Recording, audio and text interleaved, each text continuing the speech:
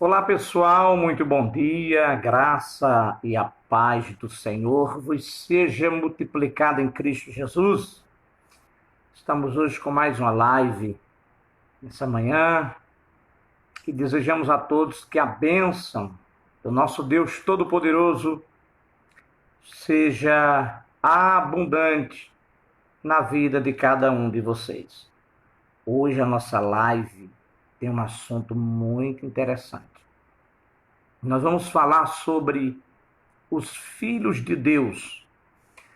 A Bíblia diz que vieram os filhos de Deus, ou viram os filhos de Deus, que a filha dos homens eram formosas e tomaram para si mulheres. Então muitas pessoas têm dúvida. Quem realmente são os filhos de Deus que a Bíblia diz em Gênesis capítulo 6, versículo 2. Os filhos de Deus são os anjos que vieram do céu para a terra, ou os filhos de Deus são os descendentes de Sete? Gabi Freitas de Alencar está chegando aí na nossa live. Um bom dia, que Deus te abençoe abundantemente. Compartilha a nossa live aí, chama mais pessoas para assistir, porque hoje nós vamos esclarecer aqui o que muita gente tem dúvida. Quando lê a Bíblia, e a Bíblia fala dos filhos de Deus que viram que as filhas dos homens eram formosas e tomaram para si mulheres. E existe uma discrepância, uma divergência teológica, porque uns acreditam que os filhos de Deus aqui são anjos. Anjos que vieram do céu para a terra, se materializaram e tiveram relação com essas mulheres, e que dessas mulheres nasceram homens fortes, que eram guerreiros. Outra corrente diz: não é anjos. Até porque anjos não têm sexo, como o próprio Jesus falou. Esses filhos de Deus são os descendentes de Sete. Então, pessoal, hoje a nossa live realmente promete. Deixa eu me aproximar mais aqui para ler os comentários. E a gente vai esclarecer aqui com precisão para muitos que ainda têm dúvida. Então vamos lá, o texto de Gênesis capítulo 6, versículo 2 diz assim: viram os filhos de Deus que as filhas dos homens eram formosas e tomaram para si mulheres. É aquilo que eu falei, há duas interpretações sobre esse assunto que agora acabei de apresentar, tá? Os anjos entraram em conúbio com as mulheres, resultando desta união os gigantes. Os defensores dessa interpretação dizem que a expressão filhos de Deus é equivalente a anjos. E para fundamentarem sua tese, cita os textos de Jó 1,6, 2,1, Jó 38, 7, Salmos 89, 7 e Daniel 3, 25, onde ocorre a mesma expressão hebraica e que os tradutores gregos alexandrinos da Septuaginta traduziram por anjos. Então, essa é a primeira interpretação, tá? Segunda interpretação: os anjos são assexuados. Jesus, em resposta aos saduceus, que não criam na ressurreição, disse: porque na ressurreição nem casam nem se dão em casamento, mas serão como os anjos de Deus no céu. Mateus 22, 30. Ora, se na eternidade seremos como os anjos que não se casam, como podemos admitir que os anjos entraram às mulheres? Eis aí o X da questão. Tá? Então, vamos lá. A hipótese de que a possível união entre os anjos e as filhas dos homens deu origem a gigantes é totalmente infundada. Então, pare com essa ideia, irmãos, de que dos anjos com as filhas dos homens nasceram gigantes. A Bíblia não diz que nasceram gigantes. É só examinar o texto. E aí você houve pregação errada, ensinamento errado, repetições, e aí você começa a repetir aquilo que você ouve, sem conferir, sem ser um bereano. Quem eram os bereanos? Os bereanos eram os irmãos lá de Bereia, que quando Paulo pregava para eles, eles examinavam na escritura se que aquilo que Paulo estava pregando realmente tinha fundamento. Então, nós precisamos ter esse espírito bereano. E aí ensinaram, não, que os anjos tiveram relação com as mulheres e nasceram gigantes. A Bíblia não diz que nasceram gigantes. Eu vou ler o texto para vocês aqui, para que vocês interpretem dentro do contexto. Ó, essa hipótese, então, ela é infundada, tá? Assim afirma o versículo 4 do capítulo de número 6. Olha o que diz o capítulo 6, versículo 4. Havia naqueles dias gigantes na terra. E também depois, quando os filhos de Deus entraram às filhas dos homens, e delas geraram filhos. Então nós vemos, portanto, que muito antes dessa união entre os filhos de Deus com a filha dos homens, os gigantes já existiam. Então, não tem nada a ver aqui com os gigantes descendentes de anjos com mulheres, tá? Os gigantes já existiam. É só ler o texto. Não tem como você interpretar de outra forma, tá? Agora, quem são os filhos de Deus? É o que nós vamos falar nessa manhã. Mandar um abraço para Walter Leite, que está chegando aqui, a Gabi, que está interagindo com a gente, muito obrigado. Gente, compartilha aí, chama mais pessoas para nós continuarmos aqui fazendo esses vídeos aqui e falando da palavra de Deus com clareza. Os filhos de Deus são os descendentes de Sete e os filhos dos homens são os descendentes de Caim.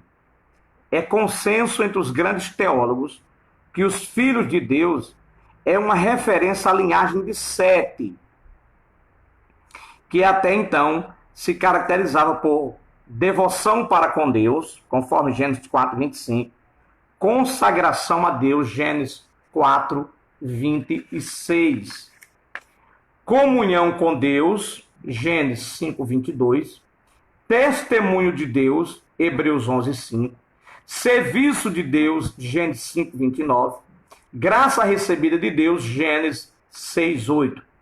O sentido hebraico para filhos de Deus é filhos bons ou filhos de Sete. Filho dos homens são mulheres carnais ou filhas de Caim. O hebraico tem poucos adjetivos e muitas vezes usa a expressão filho de, né, para designar qualidade e não descendência. É interessante nós compreendermos que o Antigo Testamento ele foi escrito na língua hebraica, o idioma falado pelos hebreus. O hebraico, meus amigos, ele é uma língua, à vista da nossa, muito reduzido de palavras. Por exemplo, na nossa gramática, na nossa língua portuguesa, existe mais de 300 mil palavras. E observe que com mais de 300 mil palavras, nós ainda temos palavras que têm vários sentidos. Não é verdade? Vou dar um exemplo aqui. Manga. Ó, existe a manga da blusa, manga de chupar, manga do gado, onde o gado sai para beber água, né? Existe aqui no Nordeste, principalmente, a expressão fulano manga dos outros, mangar dos outros. Então, quando eu digo assim, fulano manga de Beltrano, eu estou dizendo que aquela pessoa gosta de tirar sarro da outra, gosta de tirar onda com a outra. Então, vejo que na língua portuguesa, com mais de 300 mil palavras, nós temos, numa só palavra, vários sentidos. Agora, você imagina no hebraico, que tem apenas pouco mais de 30 mil palavras. Quantos significados uma palavra só não tem? E A expressão filhos de Deus, Benai Elohim, eu há muito tempo acreditava que eram os anjos. Mas depois estudando, analisando, ouvindo grandes teólogos, grandes exegetas, a gente chega a uma conclusão. Esses filhos de Deus de Gênesis não são anjos. Apesar que no Talmud babilônico, alguns rabinos, eles comentam de que existia um portal na eternidade que esses anjos, eles saíam da esfera espiritual, passava por este portal, entrava na esfera terrena, se materializava e por alguns passos de tempo eles tinham que voltar antes que este portal se fechasse, para que eles não fossem contaminados pela degradação do pecado. E aí nós vamos ter um exemplo. Os anjos que chegaram na casa de Abraão, eles chegaram com fome, chegaram cansados, chegaram com sede. Eles precisaram se alimentar, porque faziam tanto tempo que eles estavam na terra, que a terra está tão contaminada pelo pecado, a estrutura materializada deles começaram a sentir as mesmas reações de um homem comum. Eu não estou afirmando isso, estou comentando o que o Talmud babilônico diz, alguns rabinos, tá? Depois eu posso trazer aqui o nome deles. Agora, quando aquele anjo lutou com Jacó, que o anjo disse assim, olha, solte-me porque a alva já vem rompendo. Na verdade, o anjo não estava preocupado porque a alva vinha rompendo. O anjo estava preocupado com o portal que estava se fechando. E se o portal fecha, ele não poderia mais voltar para a esfera espiritual, a não ser quando ele esperasse o portal abrir novamente, e aí não se sabe lá quando que se abria. Outro fato, quando os anjos vieram destruir Sodoma e Gomorra, eles tinham pressa de que Ló e sua esposa, e as suas filhas saíssem da cidade o mais rápido possível. Eles tardaram, demoraram, e os anjos apressadamente pegaram eles pelas mãos, né? Ló e sua família, e tiraram deles rápido da cidade para executar a tarefa. Qual era a pressa desses anjos? Por que eles estavam tão apressados? Porque eles tinham tempo, um limite de tempo na terra, para que esse portal não se fechasse antes deles executarem a destruição de Sodoma, Gomorra, Zeboim, Zorar e Ai. Então, existe essa crença judaica e está no Talmud babilônico esse comentário de alguns rabinos. Agora, se isso procede, nós não temos basamento bíblico para isso, para afirmar isso peremptoriamente desse portal. Nós sabemos que Jacó teve a visão de uma escada que ligava a terra e o céu, os anjos subiam e os anjos desciam. Agora, eu não creio que os anjos que se relacionaram, os filhos dos homens que se relacionaram com as filhas os filhos de Deus, que eram os supostos anjos, que se relacionaram com as filhas dos homens, eu não creio que sejam os anjos do céu. Eu creio que sejam os descendentes de Sete, porque eu já expliquei aqui, mostrei até alguns textos aqui. Olha, quais eram as características deles, dos filhos de Deus, os descendentes de Sete? Devoção para com Deus, consagração a Deus, Gênesis 24, 4, 25 e 4, 26. Comunhão com Deus, testemunho de Deus, serviço a Deus, graça recebida de Deus.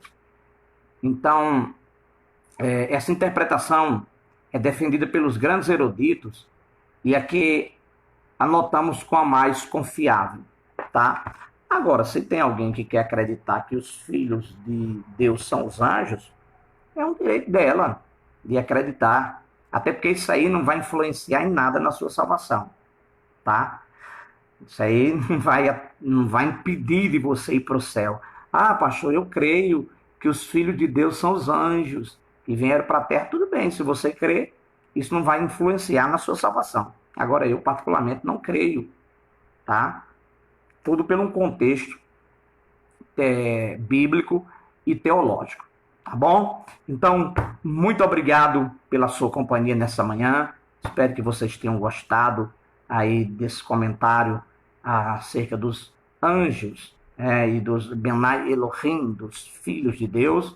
E leia a Bíblia, examine as Escrituras, busque o entendimento da palavra de Deus, porque ela é lâmpada para os nossos pés e luz para o nosso caminho. Tá bom? Vamos orar, vamos falar com Deus? Pai bondoso e amado, te rendemos toda a honra e glória nesta manhã e pedimos a tua bênção sobre os teus filhos e tuas filhas. Que o Senhor nos dê um dia produtivo, de bênção, de milagres, de proteção, de cura, de livramento, salvação. Deus querido, venha blindar nossa casa, nossa família, nosso lar. Nós entregamos os nossos projetos em tuas mãos. Nós entregamos o nosso caminho em tuas mãos, o nosso futuro, a nossa vida. Tudo está entregue ao Senhor. Chegue com cura para aquele que está enfermo, para aquele que está doente, para aquele que está oprimido. Chegue com libertação e com milagre, Pai. Te damos graça em o nome de Jesus. Amém. Glória a Deus. Gente, deixa um abraço aqui para a irmã Maria de Lourdes, a irmã Lulu, um forte abraço. A irmã Gabi, que ficou conosco até agora aqui, né, desde o início, e ela colocou aqui, amém, eu amei e aprendi, que Deus possa mais e mais dar sabedoria ao pastor. Obrigado, Gabi, Deus abençoe você também. Aprendi muito com esse ensinamento. Deus é bom, verdade, muito bom e bom até demais, né? Então, gente, depois a gente volta aí com mais uma live, trazendo mais esses assuntos tão interessantes aqui, de curiosidade bíblica e perguntas difíceis de responder, né? Porque realmente existem textos na Bíblia que são não estão bem claros, né? O próprio Pedro, falando de Paulo, ele disse, olha, o nosso irmão Paulo, segundo a sabedoria que ele foi lhe dada, escreve coisas que às vezes é difícil de entender. Pedro falou isso de Paulo, né? Então, o que é que você faz? Estuda o seu contexto cultural, contexto gramatical, cultural, histórico, social, e aí a gente vai recebendo as revelações da Escritura Sagrada. Meu querido irmão Joãozinho, forte abraço em Alexandria, Rio Grande do Norte. Graça e paz, varão. Joãozinho, além de ser um grande músico, instrumentista, um adorador de Deus, também é um grande um homem estudante da palavra de Deus, né? Então, gente, beijo no coração de vocês e até uma outra oportunidade, tá bom? Shalom, lehitraot.